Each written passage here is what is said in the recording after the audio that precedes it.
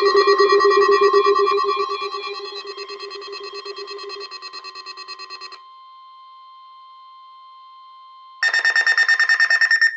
is a test of the NOAA Weather Radio Alert System.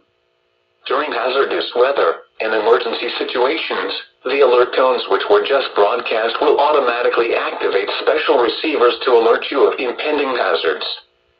This test is normally conducted weekly around 11 a.m. If hazardous weather is imminent or occurring, the test may be canceled.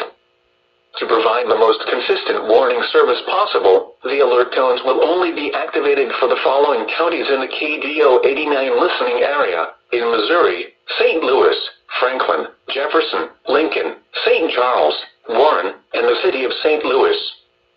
In Illinois, Madison, Monroe, and St. Clair. If your receiver was tone activated, the alert function will automatically reset after the test. This concludes our test for this week, and we will now resume normal programming. Thank you.